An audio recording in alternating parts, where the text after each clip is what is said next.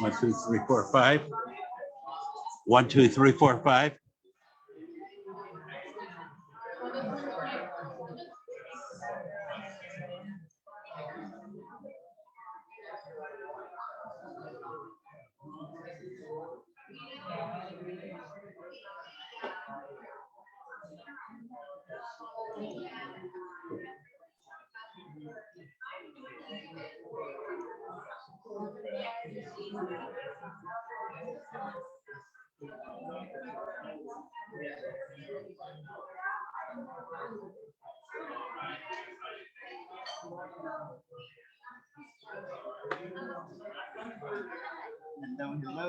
Stuart, we're not doing the shoes anymore. We're doing USO instead.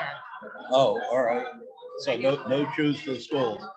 So we told all the schools, kids are barefoot this year. All right.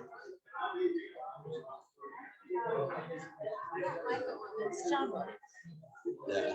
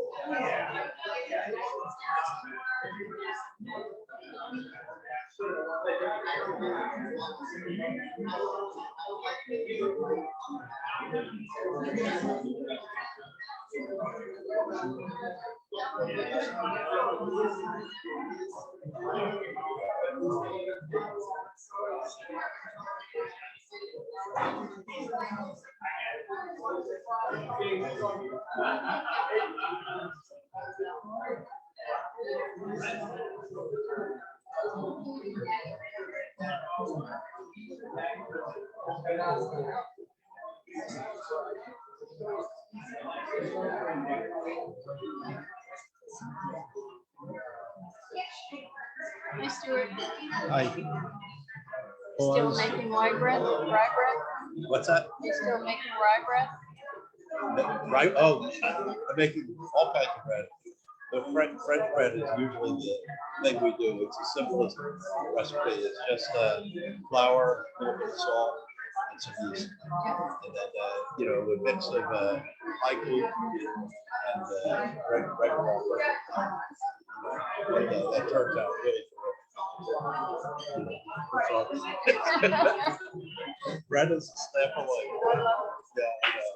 When you make it yourself, you don't have all those preservatives and fillers.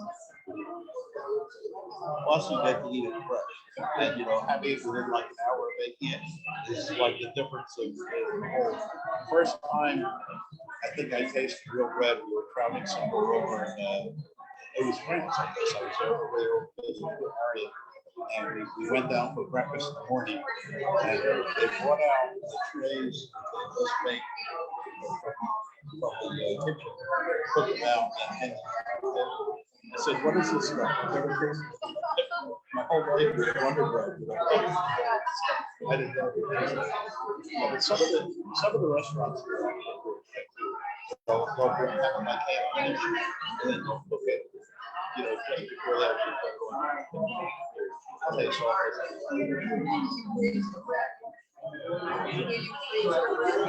no, we just eat it. I mean, I have one of these mini bread machines. It's like a half quart, so it makes enough for one or two meals. It's not that big. Yeah, I usually make a wood, and you can't eat it pretty fast.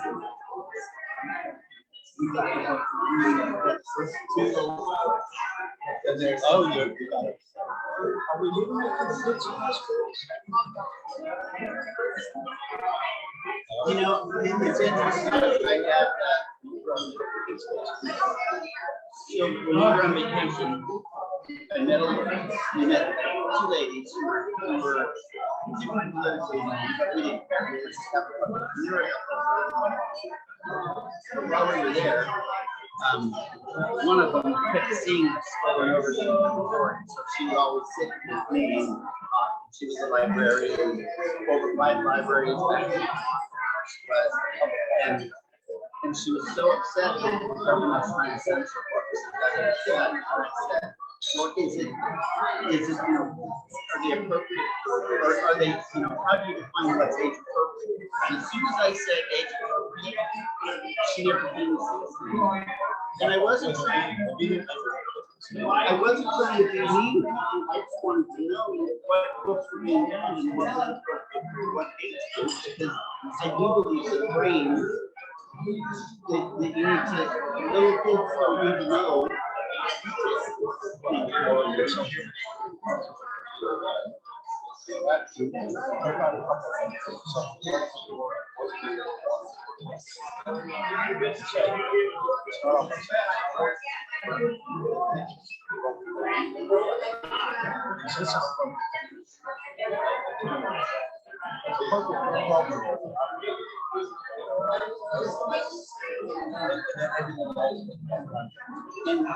And that's when I was like, so anyway, it was interesting to me that I wasn't trying to be controversial. I was trying to get information, and those two words in the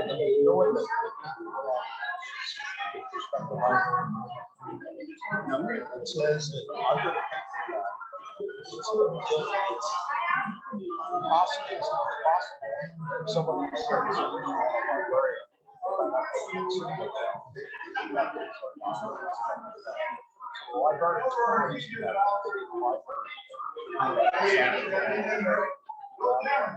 So somebody from the library, Brandeis University,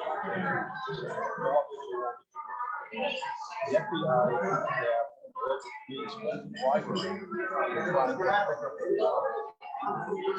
from librarians,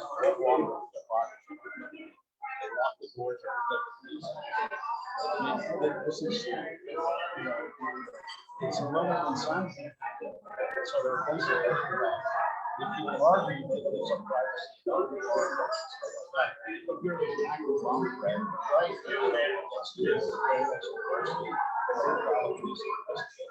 Then they went, after the door for lock, they went and took this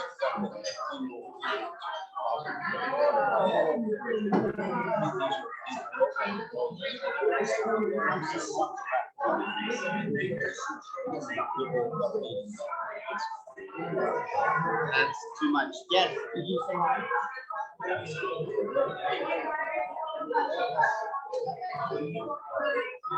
Yeah, I'm gonna go. Are you start to your arms today? Yeah. You are.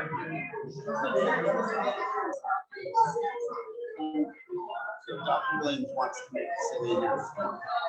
So he wants to basically challenge everybody for the cornhole league that talks next year. So he said we should start to announce. You make the announcement.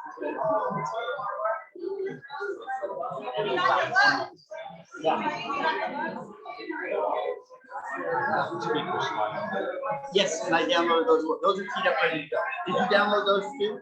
Yeah, I got them. Those were fine. I couldn't, the AV slides didn't show up. Yeah, because this one, it's Google. I have the page is on Google Chrome on this one, and this one is on Microsoft, whatever the thing is. But it works. All right. So you got, because I teed up the slides. Yeah, they're set. And they're ready to go. So that's it.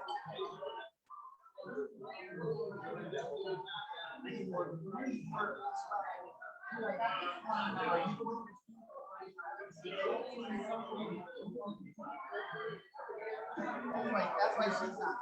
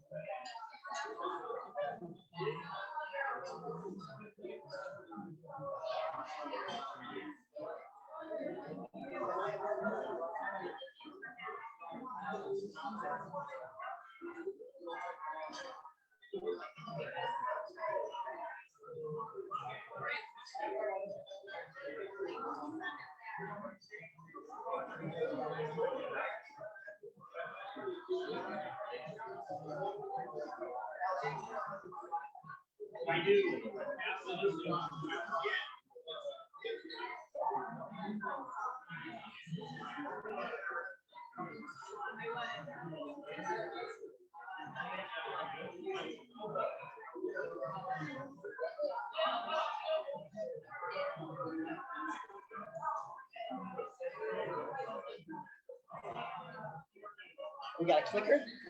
We do have a clicker. Okay, pretty good. So I'm going to show you how this goes. Let's see. I think the presentation is here. Okay. So if the first one, and you don't have to, my advice is take the microphone off and walk on. Do what you want to do. This is forward. This is back. Which is just opposite. But So down is forward. Down is forward. This is the receiver. So you got to click it there. Oh, and then you also have laser. Okay, Correct. This is forward. Got it. And then this is back. Got it. And so this is your first one. Right now, we'll switch from this computer to this one. As soon as you tee You'll up, make sure that it's there on the first screen, and then I got it after that. and then Is you're that good to go. If the first one, I'm gonna give you this. It's on. It's ready to go. Okay. If the first one, or you can leave it here, wherever you can leave it up to the left. The first one, if it doesn't work, I may need to come up and actually move this one forward like this, because sometimes it doesn't get it queued up. just to get it queued up. But other than that, we should be good to go. Perfect. And Hi, there's Ginger Anderson, who's joining us remotely. Good. Love it. and you're good. Thank you. Thank you Good. so much. And I won't make any quotes from getting back. Good. I did tell her, let them eat rocks. That works too. That was the only one that I could think of. Yeah, do you know some of that? Oh, yeah. That makes me happy. Well, that's why I said rocks. Yeah.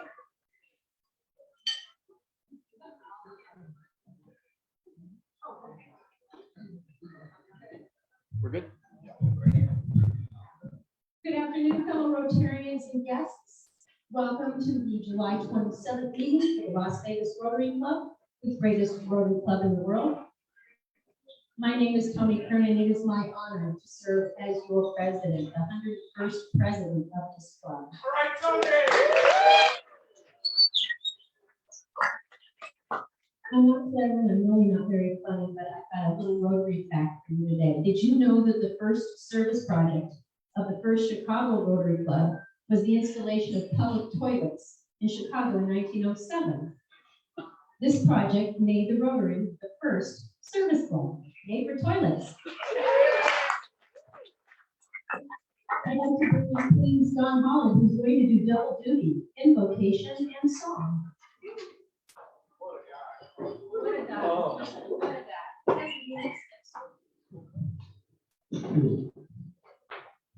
Please bow with us. Almighty and eternal Father in heaven, we come to you with humble hearts to praise you and thank you. We thank you for this Rotary Club and for members who want to help and serve others to build a better community. We thank you for the bounty of gifts you give us, those gifts we see, and the many more gifts that we take for granted or simply do not see. So, Heavenly Father, open our eyes to see all that you give us. Help us to not hurriedly eat this lunch, but remind us to savor every bite. Help us to be uplifted by the best in art, literature, and the works of William Shakespeare that our guest speaker Michael Barr will speak about today. And help us to savor the many simple yet priceless gifts you give us each day. A gorgeous sunset, a galaxy of stars to behold, the beauty of the natural world, and the joy of love and friendship. Heavenly Father, fill our hearts with gratitude and remind us to dwell on the good things you give us every day. In Jesus' name I pray. Amen. And for our song today, on September 17th, will mark the anniversary of the bloodiest day in American history. Does anyone know what September 17th marks? I heard somebody say Battle of Antietam. If they're Southerners, they call it the Battle of Sharpsburg. On one day, not the bloodiest battle, the bloodiest single day in American history. More than 22,000 casualties in one day. It's hard to imagine. Battle of Antietam was Robert Lee's first advance into the north, into the state of Maryland. The battle basically was a draw, but it gave Abraham Lincoln time to think and actually to issue the Emancipation Proclamation. So how does this relate to us? So in the same year, 1862, at the famous Willard Hotel in Washington, D.C., there was a woman, she was sort of a rock star of the time. Her name was Julia Ward Howe, and she wanted to come up with lyrics to a hymn because the Union soldiers were singing a certain hymn about John Brown, and she thought we can do better than that. She was having a sleepless night. Just before dawn, she woke up, and by her own account, the lyrics came to her. Before the sun had fully risen, she had written down all of the words. She later wrote that the words flowed to her. She scrawled the verses almost as if they had been written by someone else. And that song, I hope you can guess, is the battle hymn of the Republic, which carried Union soldiers to victory in the Civil War. So please join me in singing the battle hymn of the Republic. Mine eyes have seen the glory of the coming of the Lord. He is trampling out the vintage where the grapes of wrath are stored. He has loosed the tremble, lightning of his terrible sword. His truth is marching on. Glory, glory, glory, hallelujah. Glory, glory, hallelujah. His truth is marching on. Would you please join Don and I in the Pledge of Allegiance? I Pledge allegiance to the flag of the United States of America and to the republic for which it stands, one nation under God, indivisible, with liberty and justice for all. Well, that was a fun way to start. I like it.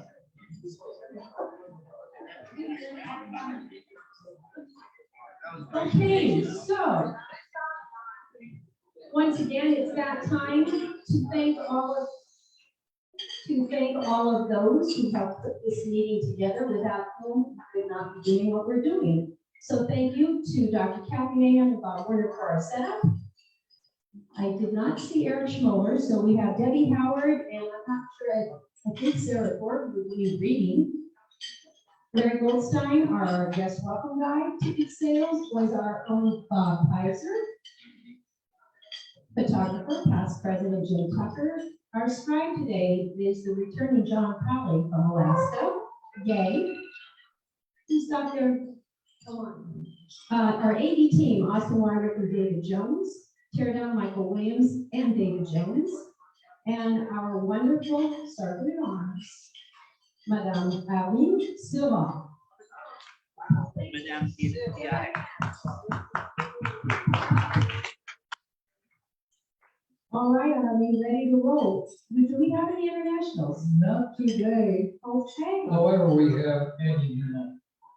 She was all over. She's always international. How about visiting Rotarians? Do we have any visiting Rotarians today? Hearing none, seeing none. How about guests of Rotarians? Do we have those? Please keep your hands up, ladies and gentlemen. Guests of Rotarians? Have we there? My name is Al Wagner. I've got my wife Luella in there. Thank you. Fabulous, Luann. Fellow Rotarians, I'd like to introduce my daughter Paula to the club. She is from Dayton, Ohio, and Fox. Thank you. Any other guests?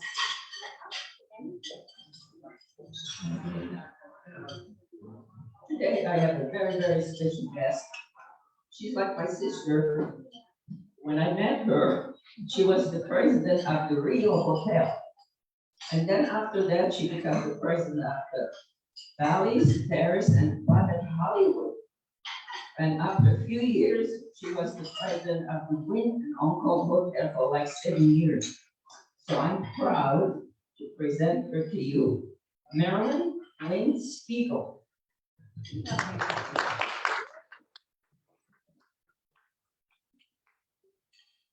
My little sister. Welcome, thank you for coming. Other guests of Rotarians? Fabulous. President Kate, President Tony. Wait, Katie, am I stuck in the past? No, you're upset. No, fine. President Tony and fellow Toastmasters. Fellow Rotarians, I'm flustered because I want to introduce my beautiful bride of 32 years, Sandy Jones. Yay, Sandy, welcome. Maybe we have any other guests with us today? How about Dr. Bates? Any guests of the club? None. Wonderful. Then it gives me my opportunity, and it's my pleasure to introduce the head table. Michael Barr, who will be speaking later.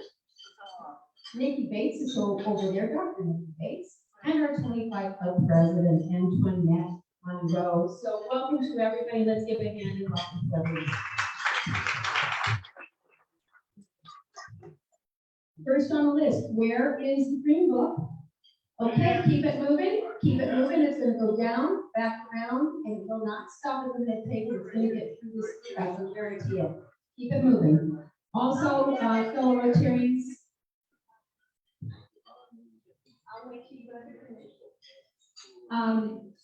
The ads in the wheel are what helps provide to fund this club. We still have 6 ad spaces, business card size. So if you would see Sean Laura, if you're interested in putting in your ad. Now you get to start walking. All right, would you please go to Antoinette Monroe first to talk about the 25 Club and the Alpine Picnic recap. So thank you everybody that came out for the Alpine Picnic. Had over 80 people RSVP, and I didn't count how many people actually showed up, but it was a great event. We had a fantastic hike. Everybody brought wonderful food. Thank you to everybody that helped cook and set up and break down, and of course to the Thomas family for hosting us. It was a great event, and we'll do it again next year. The next 25 Club event will be August 3rd at Brian Riley's home. It will be combined with a new membership orientation. It's going to be a lot of fun. It's going to be a charcuterie theme night. So if you come, bring your favorite cheese to share, and we'll have some fun. Thank you, Antoinette. Next up, Dr. Nikki for our orientation announcement. Good afternoon, everyone. As Antoinette said, this is a combined meeting. So August 3rd, 6 to 8 p.m. at Brian Riley's again. Turnberry Towers, guys, not Turnberry Place. Turnberry Towers, the West Tower. Also, parking is via valet only. So please bring $10 for cash. Bring cash for the valet. And we have to have your name for the guard gate. So you have to sign up. So either by emailing, and Sean did put this information into that Monday memo that comes out via email. So either sign up in the green book, email me, email Sean, but please provide your name. Thank you, Nikki. Past President Jim Cole, would you talk about the Somerset closing project 150 volunteers? Jim Cole.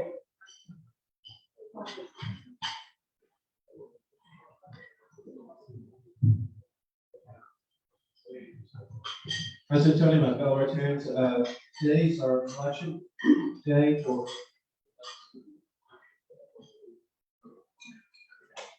Santa Claus, and we're gonna go up to some Project 150 today at 3 o'clock this afternoon at the Foundation Board meeting. And we have a ton of boxes up there from the JCPenney order. We've been a fabulous corporate partner for us. And we're gonna have a little unboxing party up there, and we'll get everything put out and ready for the kiddos for their back to school. So this is your foundation money at work. What you give to the clubs, is what you're buying. It's close for these kids. So be proud of yourself. You did a great, great job. You got a ton of stuff. Thanks. Jim, if you're running a few minutes late from the foundation meeting, is there a point person that you know that you need to meet up with? Her name is Stacey Chapter, and I did get a text from Ginger, who's online. She says she's gonna be up there too as well, so should be pretty soon. Do we know if any of you are going to be able to go and join and start unboxing? Fantastic. So Today, that's this afternoon. this afternoon, 3 o'clock, so we have these 2 ladies. 3 gentlemen, so please join and it'll be a lot of fun, so Excellent, thank you. next, Stu, you have something rather interesting to talk about. And it happens to be up on the screen. Thank you, President Tony. If you take a look in the calendar and up on the screen, you'll see we're trying to recruit members for a activity at the Children's Discovery Museum on Sunday the 20th. It's basically an event they're putting on for their members, and we would host the Lego competition. So it's a chance for us to play with the Legos as well. It's 12:30 on Sunday the 20th, running to around 4:30, and afterwards, anyone who's interested can go across the street to the new Dick's restaurant, and we can have some cocktails and snacks over there. So please sign up in the Green Book, or I'll make a promotion here. If you take a look at the calendar page of the wheel, you'll see this QR code. You don't have to wait for the Green Book. You just point your phone at that. Everything that's in the Green Book is on there, and there's more information that's in the Green Book. So do that now, or when you get home. If you don't get the Green Book, I haven't seen it at my table the last 3 weeks. So, Where's the green book? Okay, moving along. Good. You'll get it, Stu. Stu, I have a question for you. You had mentioned, is there a minimum or maximum number of volunteers only? No, she would like us to have at least 5, but there's no limit on the maximum. Count me during. So you and Jerry are already there. All righty. Thank you. Next, our own Kimberly McMahon. You get to talk about Mateo.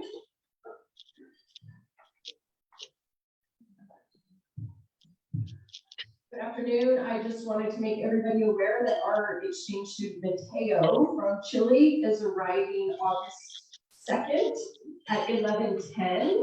So we'd like to invite anybody that can go to the airport and greet him. He is coming from LA on Delta.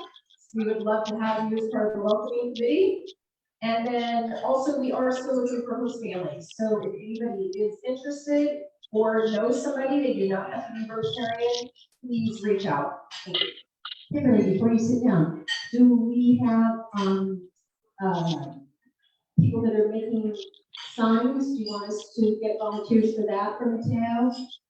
I know the host family's making a sign, but I always say the more, the better. A warm is welcome, is always really good. And so we're at what, in the baggage claim area? Is that where we would be looking here?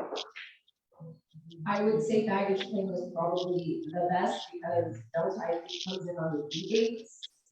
And so when they walk through, we had all 3 minutes. Okay, just let us know. We can maybe get another email out next week. Thank you so much. AM. And you're also bringing him to the meeting, Kimberly, you're bringing him to the meeting the next day on the 3rd of August? Yes, and the plan is also to have them go to the 25 club and the orientation, yes. All right, great. We'll be added to the list and we'll be welcome. Thank you so much. Now. How dirty was the vacuum? Excuse me, announcement is somebody special. Luann Wagner, Al's wife, that many of you maybe do not know. She is the facilitator, sponsor, advisor for the Interact Club at Clark High School. And she's got some information for us. Thanks very much. Now, I just want to make sure I clarify the part. So, my best friend. Anyway, so yes, I've been a teacher at Clark High School for 25 years, and I'm the advisor for the Interact Club, and I really greatly appreciate all the help and assistance and support I've received over the years from Rotary. Absolutely fantastic. At the beginning of every school year, the Interact Club, along with Educators Rising, we do a back-to-school drive, and on Freshman Orientation Day, which is August 4th, my kids set up outside of the Sergeant Closet, which is our student assistance center we have set up at campus that I started, and we hand out school supplies to the students.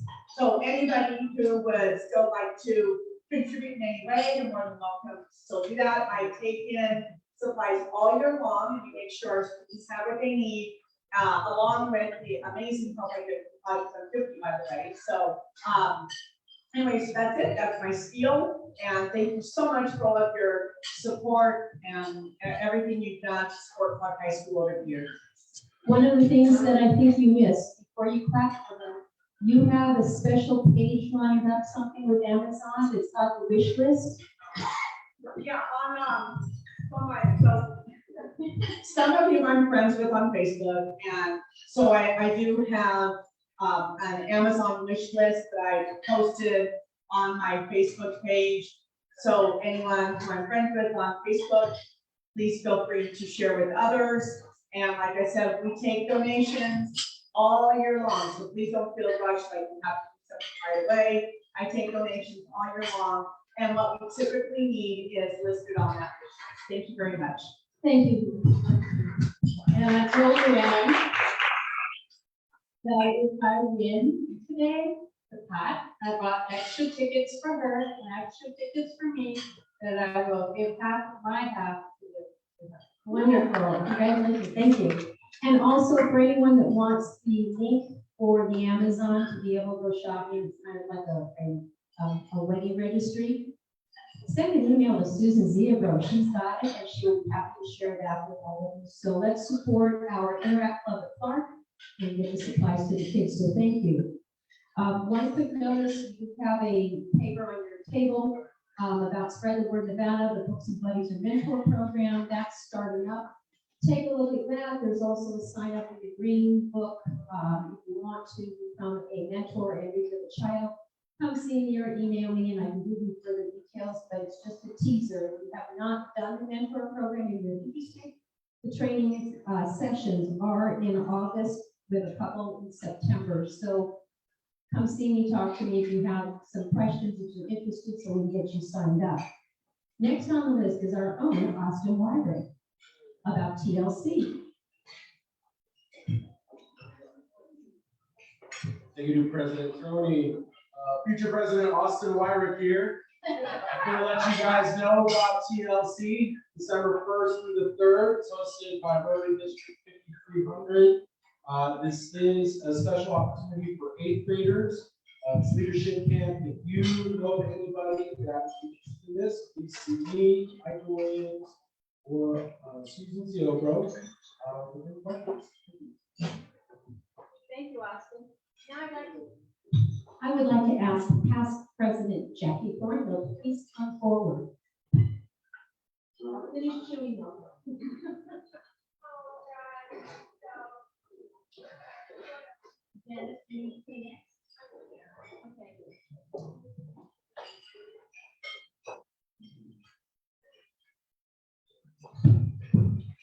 Nice to be up in front of the podium again. Today is my last meeting. Those of you who do not know, I am relocating to North Carolina at the end of next month to be with my family.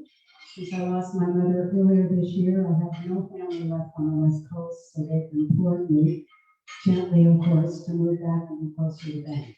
So I'm moving to a little town called Mount Airy. For those of you that go back a few years, it's also known as the fictional town of Mayberry. So yes, Andy Griffith is everywhere. So I'm pretty excited about that. But what I did want to say was, over the last 13 years, there have been many of you in here that I have worked closely with on projects, and I've gotten to know you really well, and I've been honored and privileged to work side by side with things like Santa Claus and Wetzel Awards and Canned Food Drive, our summer galas, our summer fundraisers, 25 club projects, getting to go, those of us that got to go to the International Convention this year, you've all taught me exactly what it means to be a real Rotarian. For that, I'm eternally grateful.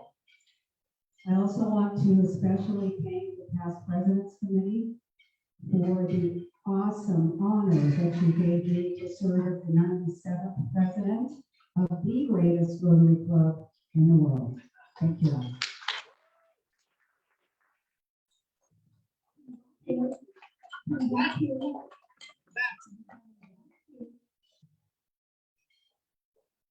Yes, there's a little Rotary Club in Mount Airy, and I will be checking them out. I'm not giving it up. Please pick the winning ticket, pick two. One for our, she's got a win. Wait, you're not done.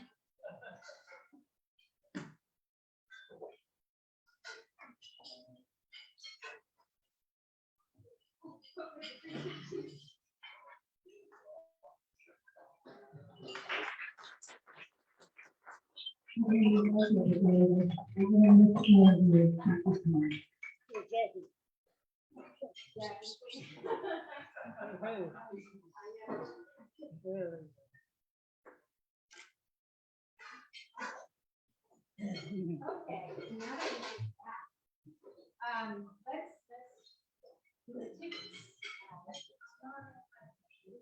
What?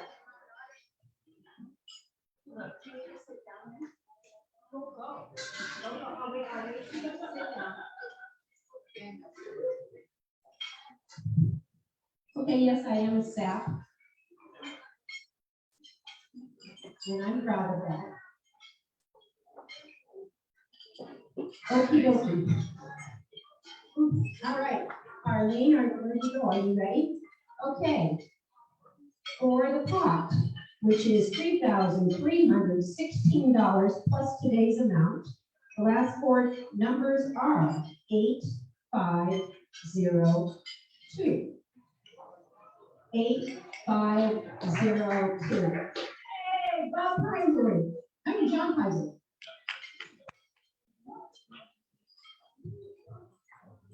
Okay.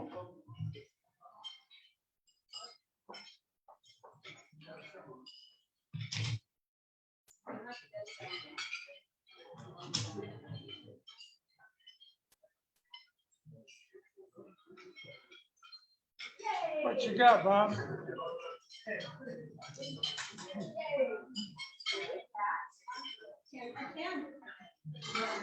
All right. Next one. Okay, Lowry's Bucks, ladies and gentlemen.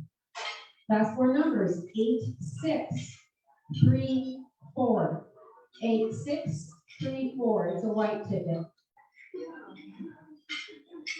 86. Wow, that's the winning ticket. Ryan again. That's good. It's a blessing. You get your Lowry's Bucks. There you go. All right. Hey. Nice. And the green book, where's the green book? I'm gonna be a nag. Okay, so it's moving right along, that's good. And with that, ladies and gentlemen, we have about 10 to 12 minutes for fellowship. Enjoy.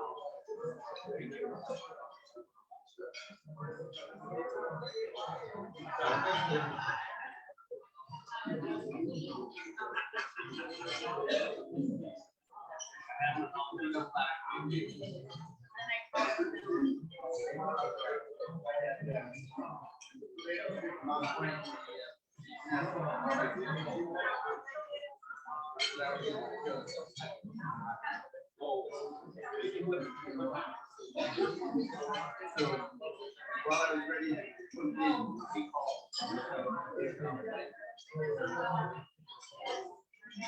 So my, but that's okay. Everybody gonna use it.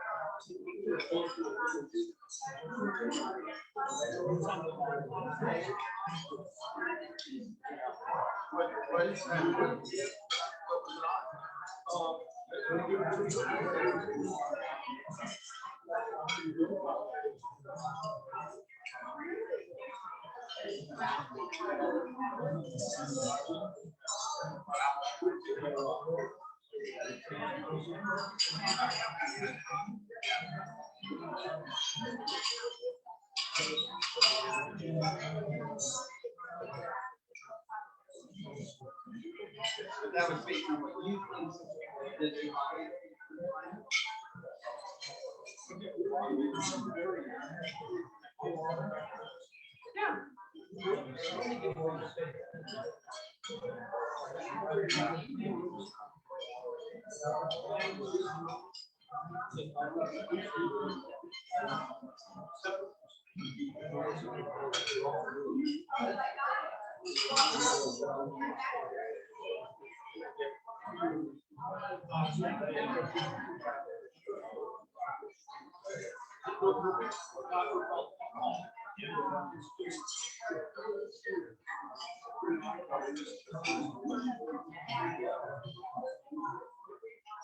That's why we give our speakers,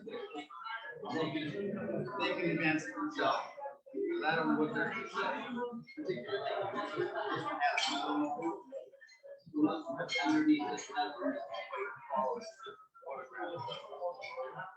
Remember the there was no way they had videos and all kinds of things speed up. And I was trying to keep up with them and why not? Yeah.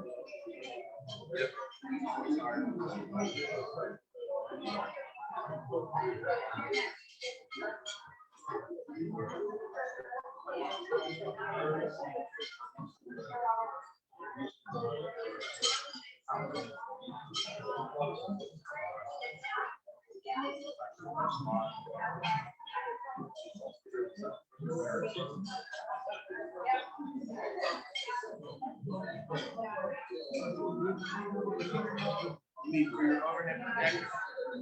So overhead projector and a cycle.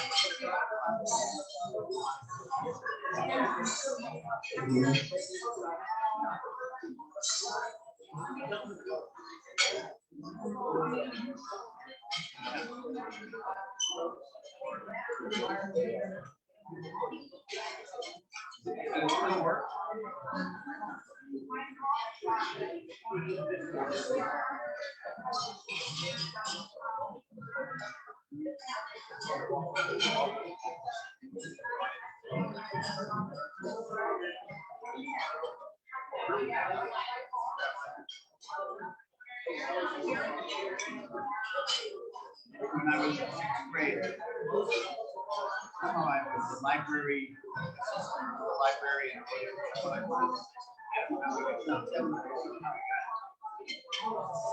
I also had a history class. So I went to history and then I went to my library. In the back of the library, they had a big projector. And we got extra credit for drawing maps or whatever for history.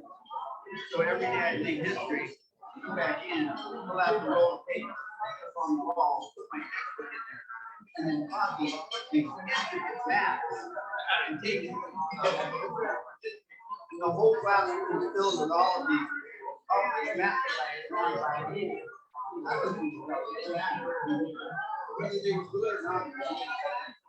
They were beautiful maps, all in places.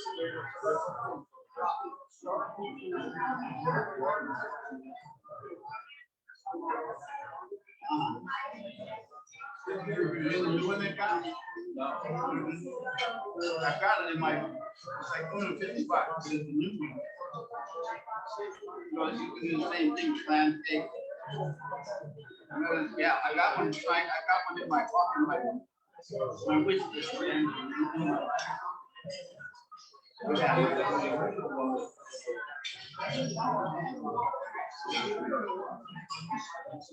Same one. It's almost exactly the same, but it's made modern material. It's the same thing. So you draw this way, you have the reflection on your paper.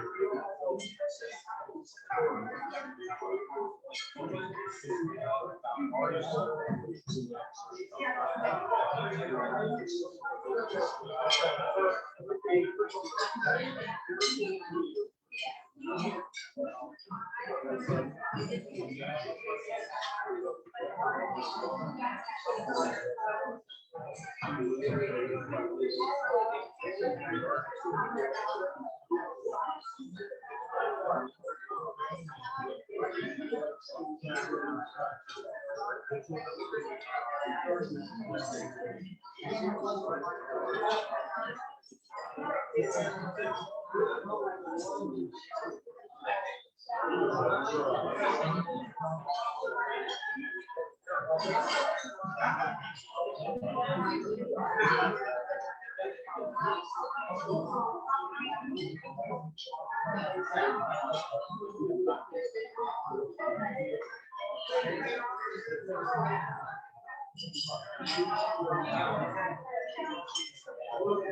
I must have found a version of this is only 65.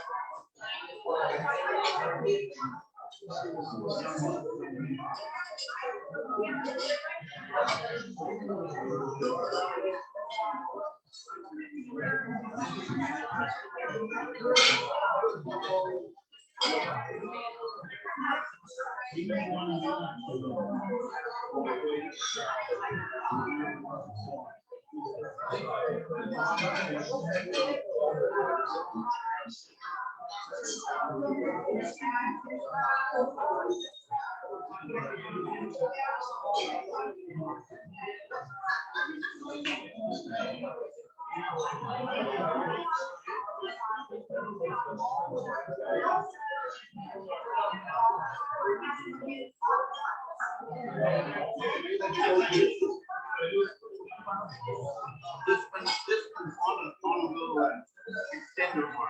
That's all that it is. That's all that it is. And the little pieces up here is the piece that does the reflection. And so here you can see on this, here's the picture of the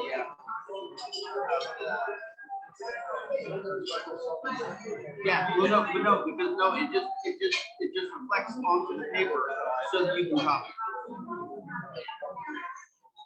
And I thought, I don't.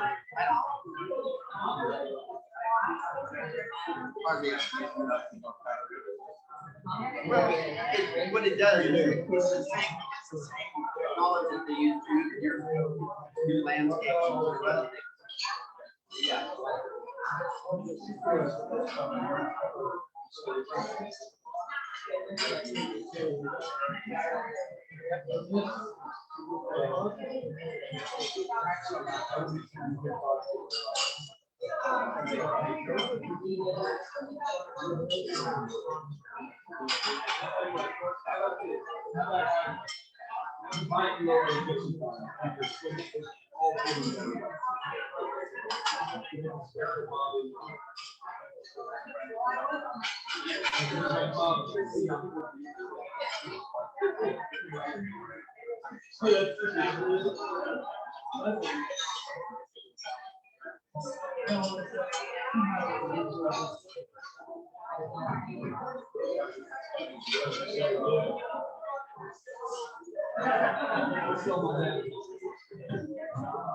Maybe I'll watch the video.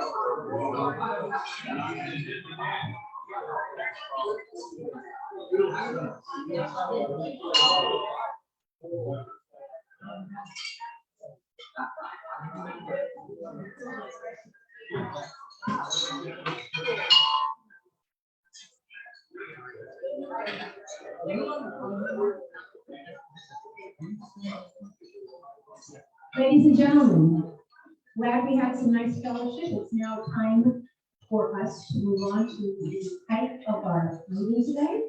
I'd like to introduce Dr. Nikki Bates, who will introduce our speaker, Michael Barr.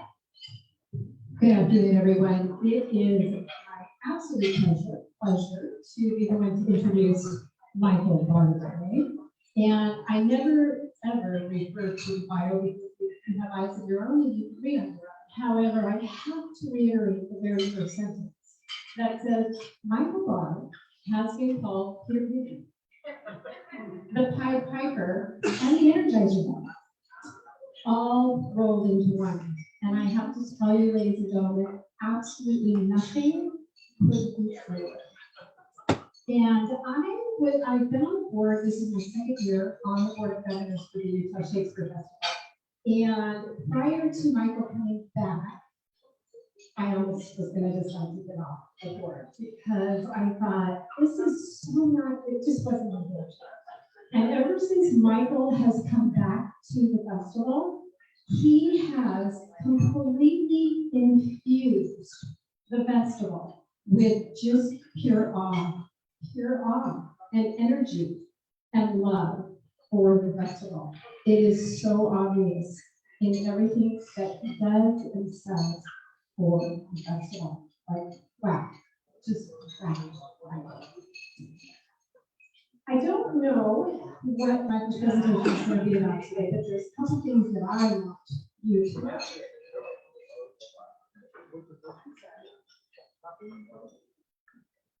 Thank you. There's a couple things that the festival does that are very in line to the Las Vegas Rotary Club, and one of them is education. They have a very, very strong focus on education. As a matter of fact, one of their plays called Every Brilliant Thing used to be able to tour here in Las Vegas. And I have to tell you guys, talk about life and life skills as part of our mission. That very impactful play is targeted at high schoolers and targets the teen suicide problem that many of our students have. Because of the loss of a $25,000 National Endowment of the Arts federal grant, they no longer can tour outside of Utah. Utah is a great state. They actually give the festival money for them to do these things in Utah. Unfortunately, the state of Nevada, not quite as the state of Nevada.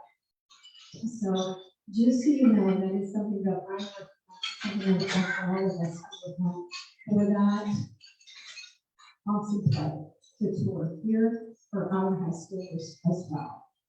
They also have just begun something else, especially since COVID. They have started an endowment. Rotarians, Las Vegas Rotary Club Rotarians understand how important an endowment is, because what that endowment does is ensure that we are continuously able to support the needs in our community. The Utah Shakespeare Festival has only just started their own endowment. If there's anything we as Rotarians do to help them, I would love for us to also be part of that. While we have this center for our Broadway plays, there's nothing like the Utah Shakespeare Festival does. There's nothing like it. There's nothing like live theater. There's nothing like ensuring that Shakespeare continues for our children as well as adults. I have to tell you, when I go to the plays there, I sit next to people who drive all the way from California, not just Las Vegas. And they literally, seriously guys, every time I've done that, I sit next to someone who tells me they have been going to the Utah Shakespeare Festival for over 30 years, religiously, from all over the internet. So it's a joy. It's an absolute joy, and there is nothing like live theater. So, Rotarians, you will please help me in welcoming Mr. Michael to the podium. And we thank you, Michael.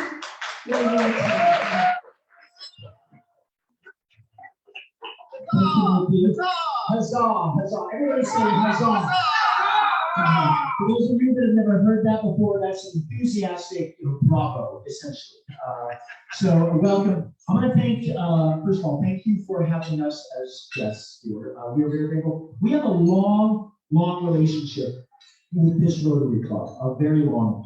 This good man has been on our board. We were trying to figure out, was it 20 years ago? 20 years ago. Nikki is on our board. Ginger Anderson, if you know Ginger Anderson. Michael Gordon, actually, who's now in Colorado, but who actually traveled down, was that 2 weeks ago, 3 weeks ago, at the beginning of July. Brock Fraser, I was actually sent down with messages from many members of our team saying, hey, we see Brock. So we have a long-standing relationship with the Rotarians of Las Vegas. If you have not been out there yet, we would love to have you come up. And here's the thing, you're not going to believe anything I say until you actually walk up.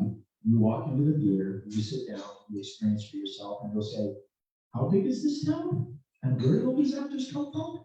And why are they here in this little tiny small Cedar City, Utah? And what do I have to do to get tickets next year? So let me tell you a little bit about, because it's going to sound a little bit like a sell, but I promise I'll inspire you. David gave me a quote from Timon of Athens, which we are actually doing, and we haven't done it for the past 30 years. Talk a little bit about that too. Let me see if I know how to use the visual aids. I think I do. So this is the Ingolstadt Theater. You may recognize that name. That's a Vegas name. We are very grateful for the work of the Ingolstadt family to help us build this theater. But this was not the first theater. Way back in 1961, a visionary by the name of Fred C. Adams, who had just moved to Cedar City, he and his girlfriend were doing laundry in the Fluffy Bundle laundromat. And they said, we're going to go to the Shakespeare Festival in the middle of Cedar City, Utah. People will go to the national parks like Zion and Bryce. And then in the evenings, they will come and they will watch Shakespeare on the stars. He threw a bunch of his students, about 6 of them, in the car, and they drove up to Ashland, Oregon. And then after that, they drove to Stratford. This is 60-61, if you can imagine. Highways were not high paper back then. They went to Stratford, Connecticut, and they came back and said, that's what we're going with. They then built this stage with lighting around it on the campus of Southern Utah State College at the time, with the dream that they would build an actual Globe Theater. So they continued it, and in 1977, they built that Adams Theater. It's still there, it's beautiful. You were there, that's where we were meeting, you would be there. But Fred, being the visionary that he was, he himself was also kind of like the Pied Piper. He said, no, we need to build another theater. We need to build another theater where Shakespeare's and other lands will perform their works. And then after that, he said, we need another theater where we'll have new up-and-coming Shakespeare's, etc. So 77, they built the Adams. In a little faster, 1982, the BBC came over and filmed, because at that time, it was the most authentic Shakespeare space within the world. And you'll say, no, that's not true. Sam Wanamaker didn't build the Globe Theater in London until the late 80s. So that Globe Theater, if you've been over and seen that, that was built after the original one that Fred had done with you. And we provide you a seat. You don't have to stand for the whole production. So this is theater. When they were up there this earlier, there's a beautiful sculpture garden back over here. There's a grove, which I'm going to talk about, where there's discussions about the plays, etc. But the next thing we did, see if they're going to go. You might have to push. Yep. That's okay. Thank you, David. And here we go. There we go. Perfect. So our 2023 season, in this little tiny, beautiful provincial rural southern Utah town, we are actually doing 7 classic Shakespeare plays performed by a company of 350 people who come from all over the United States. Our acting company is about 60 with 21 equity contracts, professional equity contracts. We're doing the play Midsummer Night's Dream. That's in the Ingolstadt Theater. We're doing the play That Goes Wrong. We are also doing Jane Austen's Emma, the musical, if we have any Jane Austen fans here. We're doing the show Romeo and Juliet. Oops, wrong one. Let's go back this way. And we're going to notice the quality of both set, costumes, lighting, talk a little bit about the acting. We are also in that small 200-seat theater, a theater that is much like this, performing 2 classics, Coriolanus and Timon of Athens. I guarantee you, you did not study those while you were in your English classes. If you did, I want to take that English class. And where else in the United States can you see all of these shows at the same time? It's like a buffet, a Las Vegas buffet. I'll have a little bit of this, I'll have a little bit of this, I'll have a little bit of this. Coriolanus is an incredible, incredible show. The last time we performed it was with a gentleman who came to us from Ashland. Really great actor, but again, this was way back in 1993. These are sold out performances. You can't get a ticket. We only have a handful, and then it starts to lighten up at about the middle of August when school goes back to school, and we've got more. So actors really, really love performing, because where else can you do these classics for an audience that really, really eats it up, that audience that Nick was talking about? Not only you're sitting by somebody who's been there coming for 30 years, but they also know their Shakespeare.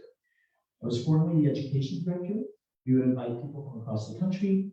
I had teachers who would come in from New Jersey and say, I don't understand this audience. Where are you finding these people from? And then A Raise in the Sun, a great, amazing American classic by Warren Kingsbury. We also have a green show. This was actually started back in 1961 with Barbara Gaddy. This is Fred's partner, later became his wife. She said, we need to have a pre-show entertainment where people sing and dance and kind of warm the crowd up. We have two particular ones. We have English Regency, which ties into Emma the musical. And then we have the Hills of Appalachia. And we also have, and we're very excited about this, every Wednesday night, we have Paiute Heritage and Celebration, which we are actually on the lands that was formerly or presently there, and the part of the Paiute Heritage. They sing and perform and dance as well. There's a number of other programs that we participate in. We have an education tour that goes to Utah, Nevada, Arizona, Miami, and Idaho. And he is correct that we lost a lot of our NEA funding that just happened.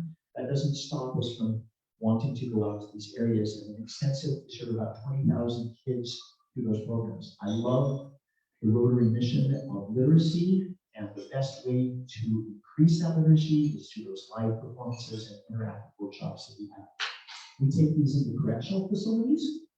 We actually have 3 regular youth correctional facilities that we go into. We also go into art schools, etc. And all you need to do is just give us a call and say, hey, I'd like to go to school, survey schools, etc. You're looking at Tempest, Candy of the Shrew. We have a bunch of Do About Nothing. We have a fellow tour taking Hamlet out this year as well. And then we were very excited about this show called Every Million Things, a one-person show that was written by a British playwright because he was tired of the suicide epidemic that was happening.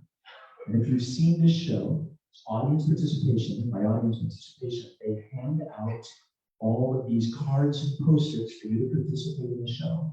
And then the actor starts to talk about their story of when their mother attempted to take their life. And as a 7-year-old boy, he didn't understand it. So he started compiling a list for all the reasons to live.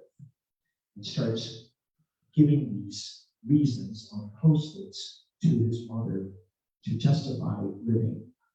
The show goes on and actually talks about how to deal with depression. There's a kind of a group thing that happens in it. It is a play with one character, but everyone in the room participates. We took that out to Nevada schools. We also took it out to Utah schools. It was very, very successful. Served 40,000 people just before COVID. So it's a very, very exciting show. I'm looking forward to it. That, I believe, that was the last slide. Nope. And here's the last slide. I want to talk to you a little bit about what our marketing campaign is this year. I'm going to watch my clock because I want to make sure I have time for questions. Oh, I'm doing great. Fantastic. Yeah, I speak very quickly and we talk about all sorts of things. So I talked to you about the origin of Utah Shakespeare Festival. It's kind of amazing that this young theater professor would think that Shakespeare is the way to connect with people and would do that. So for the first 30 years, all he did was Shakespeare plays. He would do a comedy on one night, he would do a tragedy the next night, and he would do a lesser known play after that. So I know in this room you could name us 5 or 6 comedies. Comedy of Errors, Penny of the Shrew, a bunch of Do About Nothing. Tuesday, Friday nights was regularly and always tragedies. Romeo and Juliet, Hamlet, name your other favorites. It was this, oh, well done, well done. It was the Wednesday, Saturday nights that I think really started to turn everybody on. Because you've never heard of Time of Athens, you've never seen Coriolanus, you've never heard about Winter's Tale. And he started to introduce his audience to new ideas through these 400 to 450-year-old plays by Shakespeare. So, enter the Utah Shakespeare, enter Michael Barr. I'll tell you my experience. I was raised in a little small town called Richfield, Utah. I don't know if any of you know where it is. Yep. Are you Utah? Nope. Okay, but you know where Richfield is. You've been on I-70 before. So I was raised in the Provo, Orem area, which is Wasatch Front, close to Salt. And my dad, my senior year in high school, moved to Richfield, and I thought it may be the end of the world for me. Moved to this little small town, and our drama teacher said, we're going to a Shakespeare competition held in Cedar City, Utah. I never performed Shakespeare before. I was the world's smallest Petruchio. Gave me a script, and I got to play Tim the Shrew opposite this really feisty kid. And we went down, and in 1982, I performed in this competition. Now, at that time, the competition was started in 1977, again by Fred, because he said, if I take Shakespeare and I put it in the mouths of all these kids, then they're going to be empowered, and they can do anything after that. Once you've done Shakespeare, you can do anything. So I've never heard of Cedar City, never heard of that. Walked in, saw the show, it was fantastic. My mom and dad started going to the Shakespeare Festival after that. At that time, at the back of the theater, there was a wooden bench where we who could not afford the more expensive seats could sit. And if you know that theater, that wooden bench, there were many families who started out there and then went, oh no, I gotta get a seat here. Continue to go. My journey, I ended up getting a scholarship, went to Southern Utah University, and the rest is history. I became very passionate about Shakespeare and education, and that thanks to Betsy House. Fast forward to last year.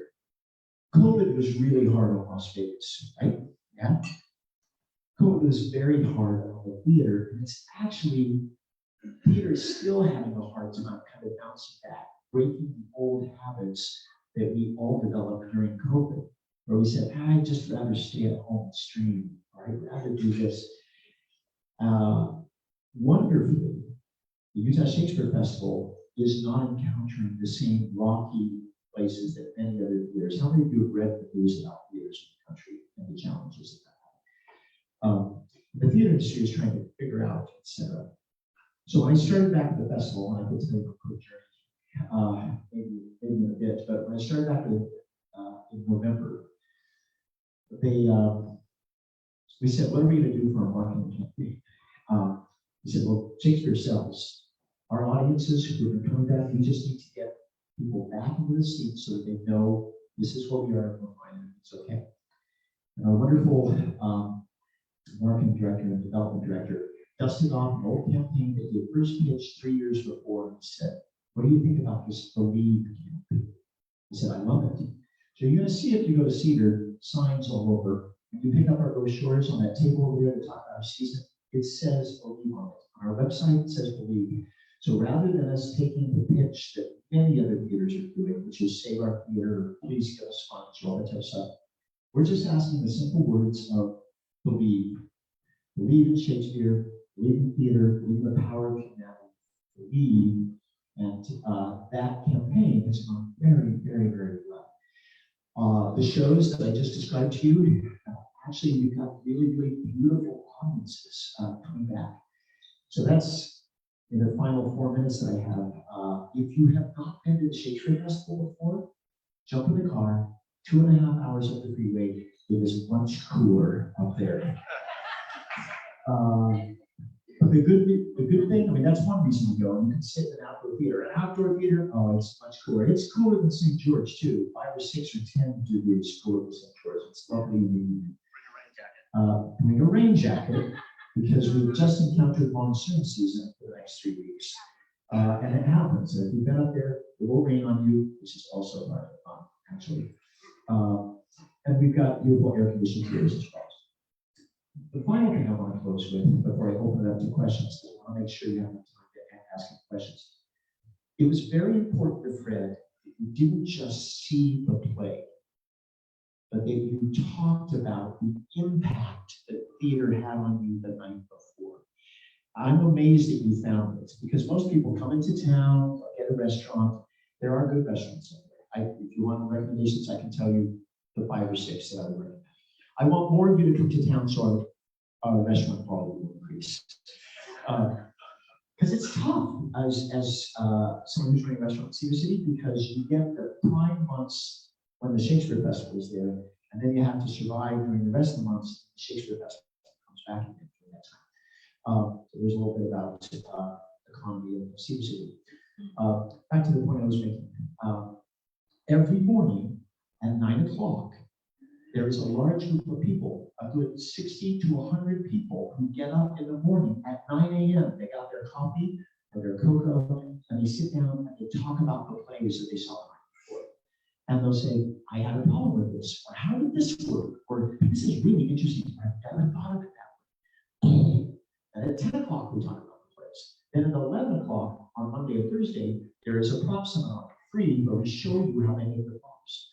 Tuesday, Friday, there are costume seminars. Wednesday, Saturday, there are actor seminars. In other words, it's a destination theater where there are things to do all day long. I was just talking to Tina that they were just exploring the sculpture garden, and they saw this beautiful discussion going on where Isabel Smith Bernstein, she has a PhD in Shakespeare scholarship, a beautiful discussion about the play they saw the night before, where your mind is opening up about this.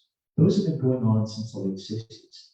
I was amused 25 years ago when I first started my job, because people even then were trying to figure out how can we get people in the theater. Fred had solved it. He talks about the play before, so you might be afraid of seeing the Shakespeare play. There's an orientation where we tell you a little bit about the plot, and you go to the play, and the next morning we talk about it. It's a really, really great time. So I want to open it up so you have enough time for any questions. Yes, right there. Fantastic. I have Mike, so Oh, I get to go. she gets to go first. Fantastic. So, it's a festival, but why can't we have it why can't it be a year-round? Thank you so much. This is a really great question. So what our artistic director says is we are the Utah Shakespeare Festival, and he uses this to define the following. So Utah, we are in Utah.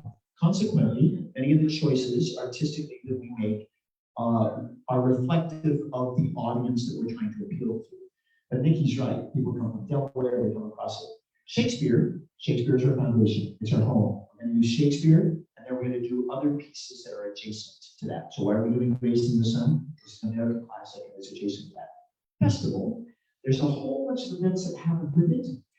But because it snows in Cedar City, Utah, something you don't know about down here in this part of the country, because it snows there, we have a window that starts about the first week of May until the first week of October.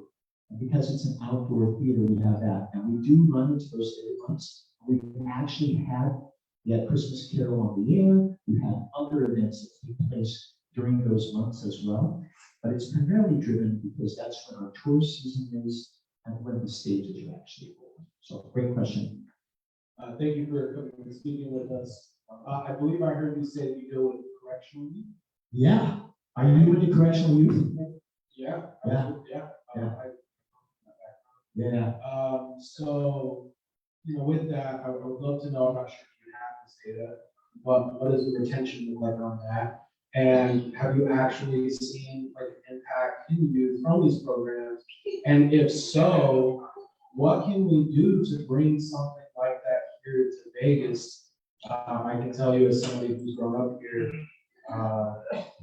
so it's a tough deal if you don't get involved. Yeah. So I'm getting chills talking about it. I'm really excited about this. What's that? I know. Is this a plant?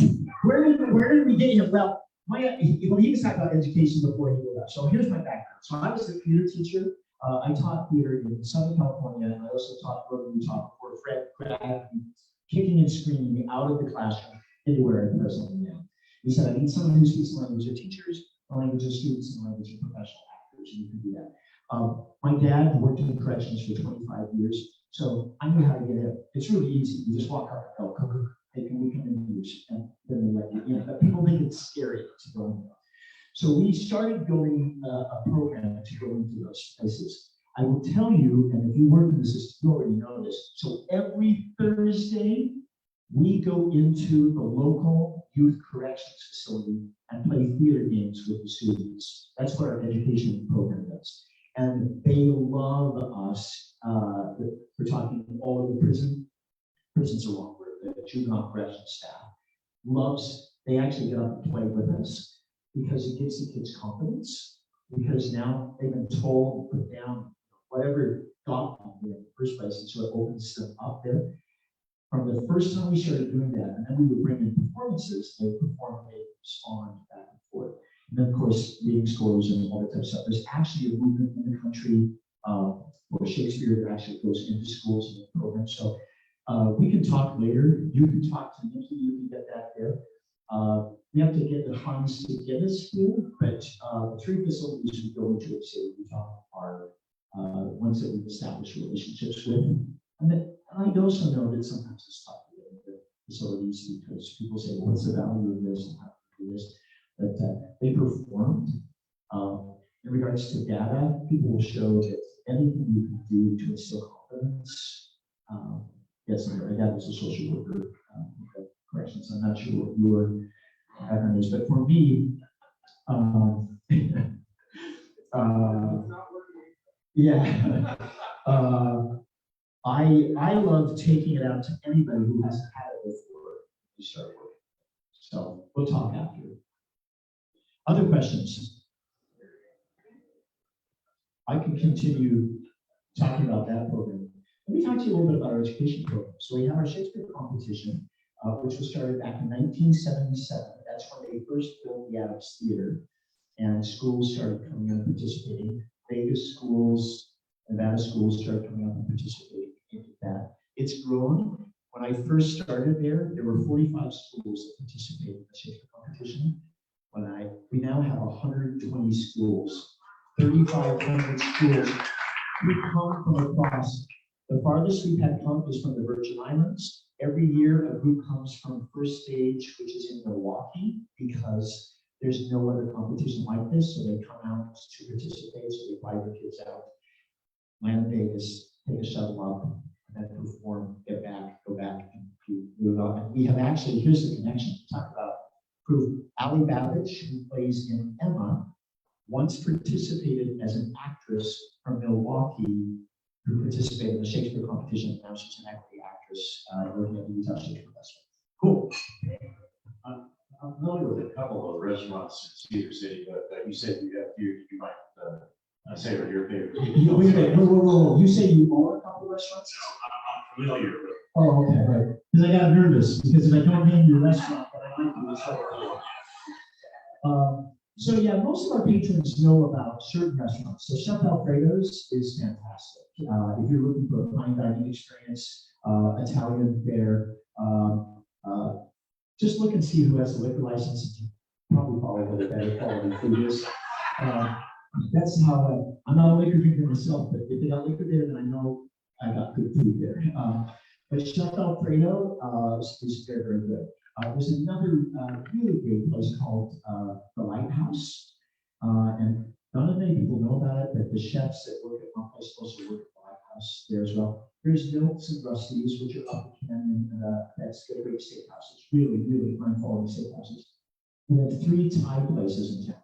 Which the minute we got 3 Thai places, I mean, we're arriving. That's Sweet Basil, and then Erewhon, who used to be over in Moab, and found that their tourism dollars, there's a lot more people coming through there, so they moved from Moab, for those of you that know Moab, over the Cedar City.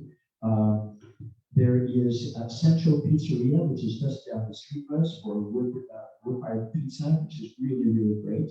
And then right next to it, there's a place called The Pub. The Pub was there 20 years ago, and they just got 2 new chefs in there. And Cedar City goes, why are they charging so much? And I go, oh, that's why they're charging so much. And actually, our clientele don't, it's a really, really great restaurant, and that's just on the street. So, two things. Number one, they also have a lot of great bed and breakfasts. Big Yellow Inn, I think the Iron Gate, Bard's Inn, yeah. All you gotta do is bed and breakfast, and we're pretty much guaranteed there, so thank you. You got to book them typically 6 months in advance. That's one. That's a great experience. Number two, did you mention that you wanted 24? Wow, how did I miss that? I was there when we did it. You were there when we did it. So for those of you, do you know what the Tonys are? I mean, the Tonys are the creme de la creme. There is one award that is given outside of New York. All the other awards are New York, but they select the outstanding regional theater. And way back when Mr. Ballard was there, way back in the year 2000, we got the award. Now, this is a beautiful story to close with. I want to make sure we're okay. You want to take time? Yeah, yeah. Okay. This is a beautiful story which tells you about the vision of Fred, what Cedar City is, and what the Utah Shakespeare Festival is. So in 2019, a wonderful visionary by the name of Nancy Nelich, who is on our board, who is a theater reviewer. Theater review is dead right now. Newspapers are also having challenges and stuff like that, but good theater criticism. She was one of the #1 theater critics in the nation. She said to her, she said, guys, you need to come and see Cedar City. You gotta come to Cedar City. So she invited a couple of her friends to come down and see what the work was there. And then 2019, more of her friends came. And then in the year 2000, this is the award that's handed out by the American Theater Critics Association in conjunction with the Tony Award. We got the award for outstanding regional theater. So these, we're sharing that with cities like Chicago and LA, all of this stuff. Here, this little program, beautiful, fantastic city, Utah, right? So they called Fred, told him you won the Tony. They said, you will come to New York, you will present the award to you this time. You will stand here in this place. And he said, I'll be bringing 5 people with me. And they said, that's not how it's done here. He said, well, you don't understand how it's done here. I will be bringing 5 people to accept this award. So he brought 5, Sue Cox and other members of our board that were there. They stood there, he received the award, they were all behind him, his associate artistic director. The reason why it's great is Fred understood the Utah Intermountain West, but he reached out and he grabbed these artists who understood what really good theater was like, and put them all together at Dr. Silas Splendor, and out came the Utah Shakespeare Festival. So we got really great artists with this really kind of wonderful sensitivity to audiences, not just theater audiences, audiences. You can do whatever art you want, but if nobody's sitting in that room, the tree falls to the forest and it makes a noise, right? As opposed to, no, this is great art, and audiences see it, right? But he has the 5 there. He comes back to Cedar City, flies back on Little Sky West, comes into Sky West. He's greeted by the fire department, who was there, and they spraying water hoses over the jet to welcome him back in. He then got into a car and rode behind the fire trucks in town, because when you bring the trophy home in a small town, all around town, we wanted to know. They then, so I was there too, they then got in front of the theater and he got out and he said, I want anybody who has anything to do with the Shakespeare Festival to line up around the theater. So you got some 800 people all around the theater. We're talking props, artisans, volunteers. There's a team of 350 volunteers. There's people who take you to your seats, etc., in addition to professionals. So they take it, and then he takes the Tony Award and he gives it to the first person, and it's passed from person to person to person to person to person all the way around. Makes me cry every time I think about this, until it came back into the theater and placed back into the hands of God. Because that's who Fred Adams is, and that's who the Shakespeare Festival is. It's about the community, everything. So yeah, it's been really, really wonderful, kind of fabulous to be a part of that ride. I've been fortunate to be there for 25 years. I left for about 3 months. I've been there 25 years. I wanted to go be a principal. What type of sicko in their life wants to go be a principal? There's a local charter school. They said, hey, would you? I said, yeah, we're good. And then I got a call from the president of the university who said, we would love to have you come back. Can you come back and need you this time? And it was a tough choice. I'm still on that charter school board. I love that charter school. If you haven't been up, it's magic. It's magic. And now is a really good year to see it. I don't know if I like Shakespeare. We have tons of people there who say, I don't like Shakespeare. but I'll watch what you're doing because I think it's done right, because of the way we communicate. So thank you very, very much. We love you all.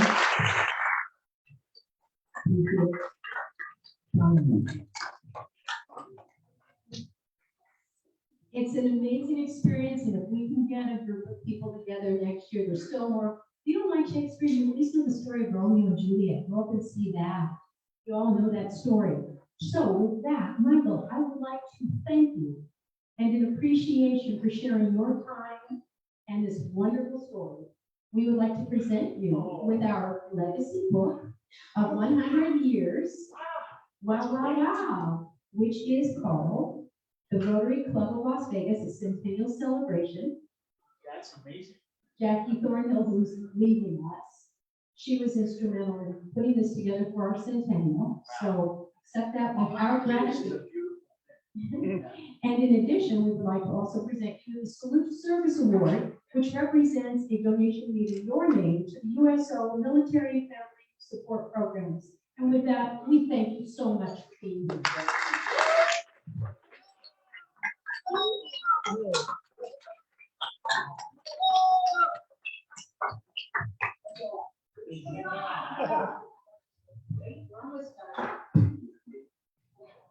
Gotta go to the backside. In keeping with the theme of our President Gordon McNally, to create hope in the world, and as American anthropologist Margaret Mead said, never doubt that a group of thoughtful, committed citizens can change the world. Indeed, it is the only thing that ever has. And with that, goodbye, Jackie. See you next week. Meeting adjourned.